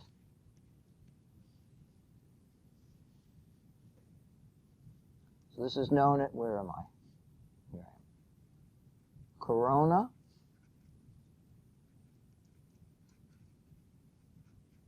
radiata. Okay? That's the white matter going up and down from cortex to both deep gray matter and down into the cord. So when we think about cortex, we've got a whole lot of bundles running around. Remember, we think about the arcuate fasciculus.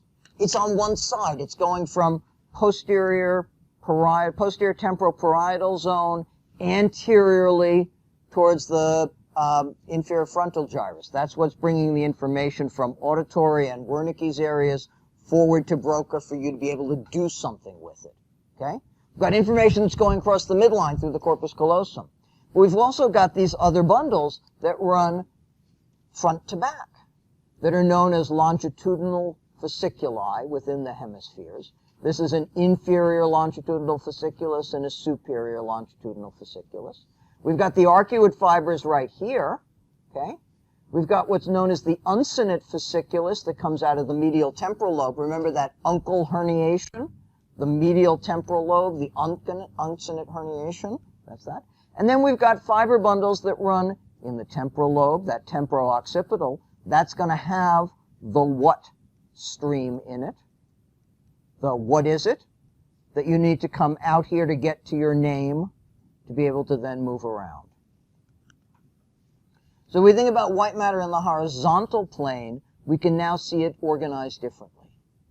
So there's all this radiating white matter, but when we look, we can see a bundle that is organized like this. Here, and then here. And this is what we call the internal capsule. And when you see it in the horizontal plane, it clearly has a bend.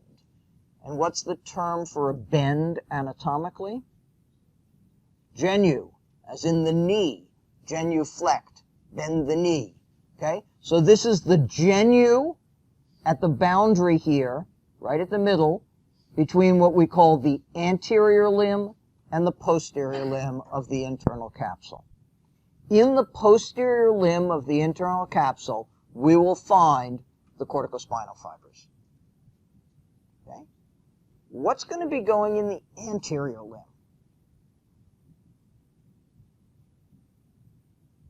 Well, let's stop and think. These are fibers that are going up or down.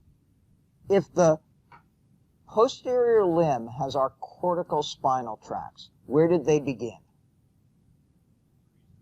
Precentral gyrus. So if the anterior limb has white matter that's going to things that are in front of it, what part of cortex is that going to be? Prefrontal cortex. Where are the major projections into prefrontal cortex coming from? So they're coming from parietal cortices, from parietal lobe, but those are running with the longitudinal fasciculi, the superior longitudinal fasciculus. So what else is coming into prefrontal cortex? Dorsomedial thalamus. Thalamic projections come up in there and are incredibly important. And in fact, those are the lesions, those are the structures that fill much of this region. So here, we now can see what I like to think of as the mustache crossing from left to right, okay? That's the anterior commissure, okay? And the anterior commissure is pointing to what two structures on either side? They're not visible on the screen, so you can't see them. Temporal lobes. They are the white matter commissure for the two temporal lobes, okay? And so they run superiorly and anteriorly, and they reach their anterior-most point at the point when they are the most superior. And here you can see them coming out of what we call the stem of the temporal lobe.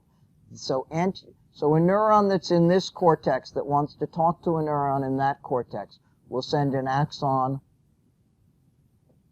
like this, across the midline through the anterior commissure. Okay? Here it is. It's a white matter stained section. This is a Wolke stained section. So here is our anterior commissure coming and pointing towards the two temporal lobes. What's this?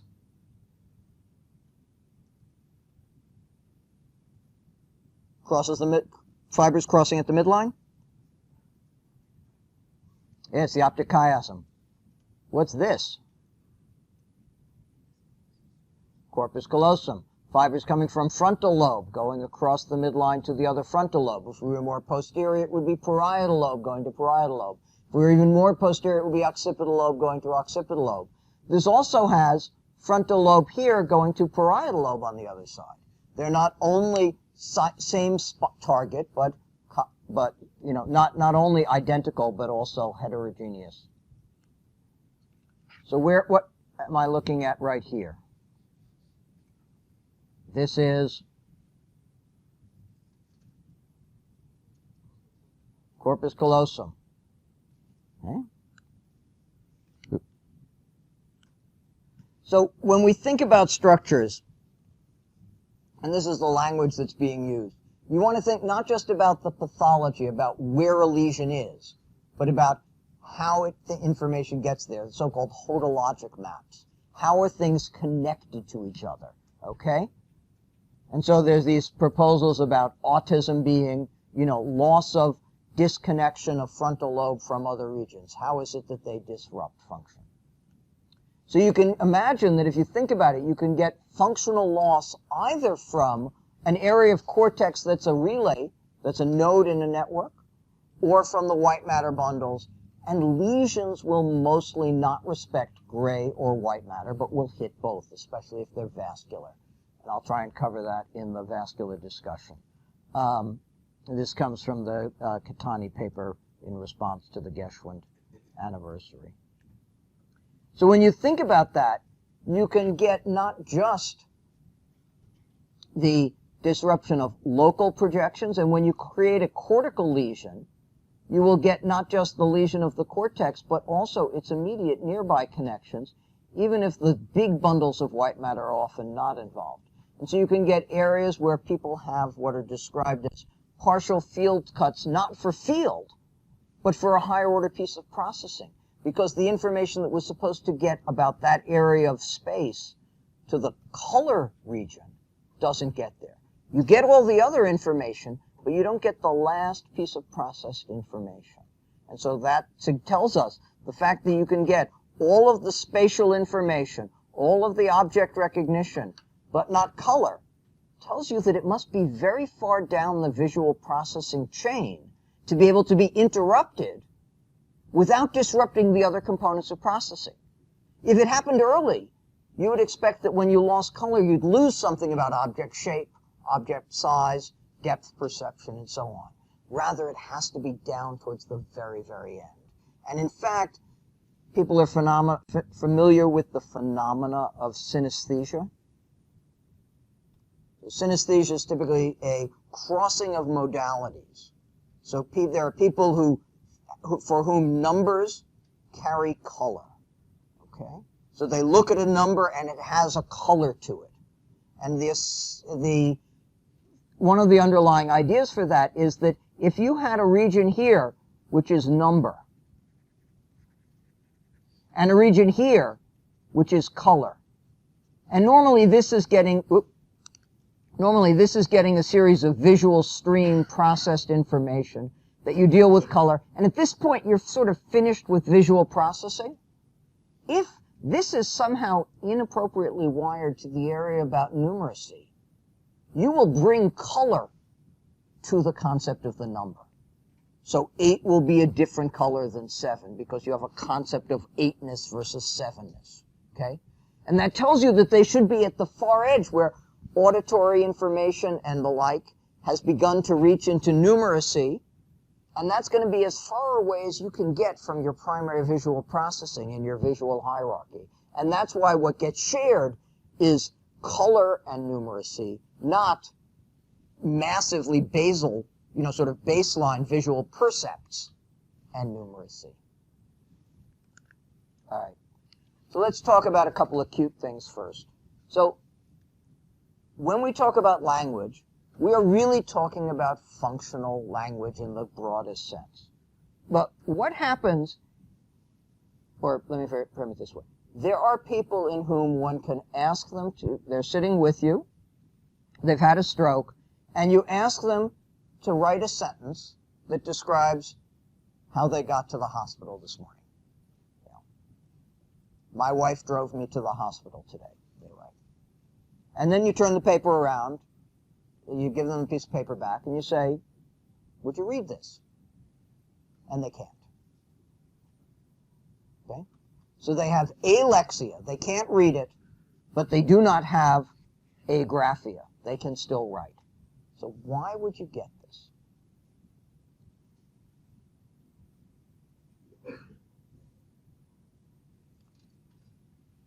So what do you need in order to follow the command that says, write a sentence about how you got to the hospital today? So what's the first thing that happens? Yeah, you heard the command, you heard the instruction. So you had auditory processing. Where does it have to go in order to understand what those noises were to turn it into language? Goes through Wernicke's and uses all those other things that are in the left hemisphere. Okay? Then where does it go? White matter bundle? Arcuate fasciculus anteriorly, Broca's, and you plan your motor activity. Where does the motor output happen? With your hand. And it could be with whichever hand you write with. Okay? So where's that happen? Auditory areas? Both sides, right? Everything else happened in the left hemisphere. Did you need the right auditory information, right hemispheric auditory information for that to happen? No, because your left auditory cortex knows about all your auditory information. It's been shared across the midline so many times. Okay? Now let's imagine that you're reading. Okay? And let's imagine that you have a lesion that has come back here and taken out your left medial occipital lobe and your corpus callosum posteriorly. You've taken out your left medial occipital lobe. What have you lost? Right visual space. Do you have left visual space intact? Yes. Where's that processed? So we start with both retinas. What happens at the chiasm? It all sorts over to the right side. Where does it go?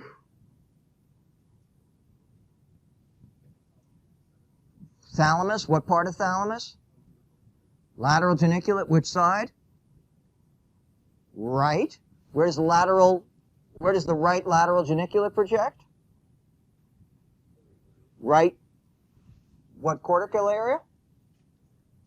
Broadman area 17, primary visual cortex. You process it from there. Where does that go? To 18 to 19. You build the whole object. You build color. You build all of that. And now where it's in the right hemisphere and you want to make use of it, you don't have any vision in the left hemisphere, so you've got no visual input in the left hemisphere. You got all your visual. You've read that sentence. You've read it. You've seen it in your right hemisphere. What do you have to do with it? You got to go across the midline to get to the left hemisphere to make it into language. But the posterior portion of the corpus callosum is caught by your infarct.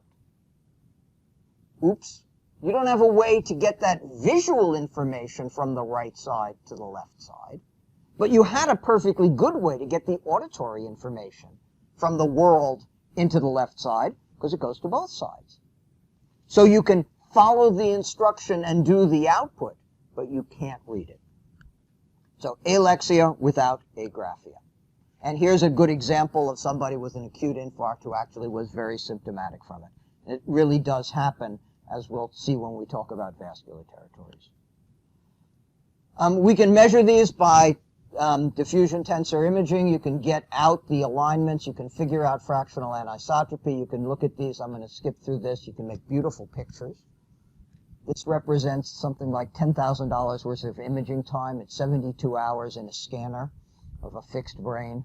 And you can actually zoom in, and it's got incredibly high resolution. I'll skip this. This is a curiosity. Let's close with a couple of lesions, and then I will do vasculature as a online video only. What do you notice?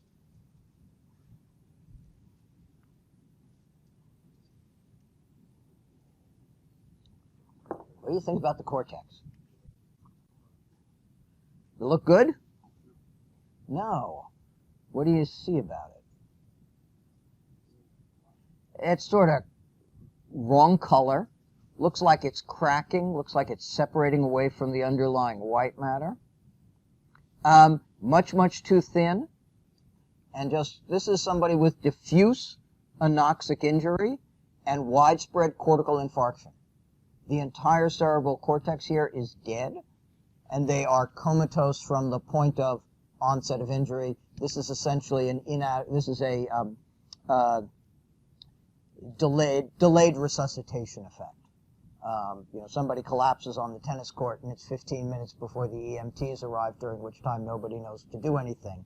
This is what happens. What do you notice?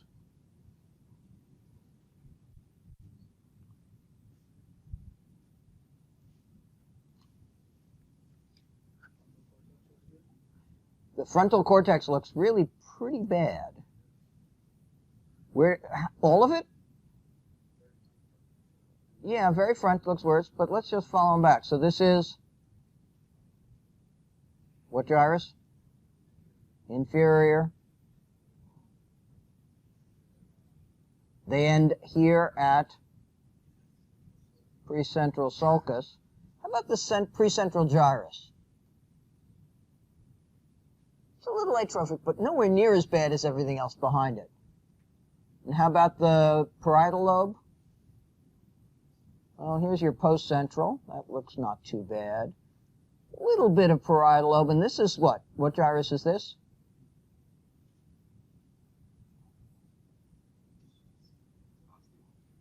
So that's superior, middle, and inferior temporal gyri, and the middle and inferior temporal gyri are in terrible shape, and the superior temporal gyrus, the posterior 2/3, look okay, don't they? And this is, and then if you look at the occipital lobe, it actually looks pretty good. And this is actually what is known as Pick disease. These were those people that Pick described with behavioral and language problems. It's now what we would call frontotemporal lobar degeneration. These basically come in two main flavors, one associated with abnormalities in tau, microtubule binding associated protein, also deposits in Alzheimer's disease, and then the other is a RNA binding protein called TDP43. There'll be a lecture late in the course on neurodegenerative disease, and people will talk about these distinct processes. But these are systems degenerations. That frontal circuitry degenerates. The language circuitry degenerates in these. Here's it viewed from the medial surface, and on the medial surface you can see the parieto-occipital regions look really normal, whereas the frontal, you can't even see the temporal region here at all. This is challenging to get oriented. What do you see on the surface, though? Well, the white stuff up here, that's dura. Oh, that's reflection from the light. Blue. Well, I mean, what do you think about this gyrus? That looks good. This one looks okay. How about this one? Not good. So this, in fact, is a small area of infarction here, sitting right on the surface. Okay? And in fact, as we will show, I'll show when we talk about this later, this will go down to the white matter underneath, and you will have lost not just that cortical area, but the underlying white matter. All right. I'm going to stop here. I will deal with vasculature for both the circle of Willis. So the goal here was to talk about, we had talked already about posterior circulation, and you went through the exercise in lab of thinking about where brainstem lesions in distinct vascular territories will hit distinct anatomic structures. We're going to think about the same things going forward for both thalamus and cortex. And I will try and cover that in a video that I'll try and get up probably not before the weekend, just based on how I'm feeling right now. But I'll do that, and we'll not cover it in lecture. And on Friday, we'll move on and talk about, Friday's basal ganglia. Let me just say a quick bit about lab. I will come through the lab bays. I'll leave Jean to cut on her own. But we're going to try and I'll try and cut one hemisphere horizontally, and then another half brain. Maybe I'll split the whole brains in half and cut one side of those in the coronal plane. And then you'll be able to go back and forth between, first task you'll have to do for yourselves is take them when they are separated and put them back together. Because in order to do that, you need to know roughly where you are.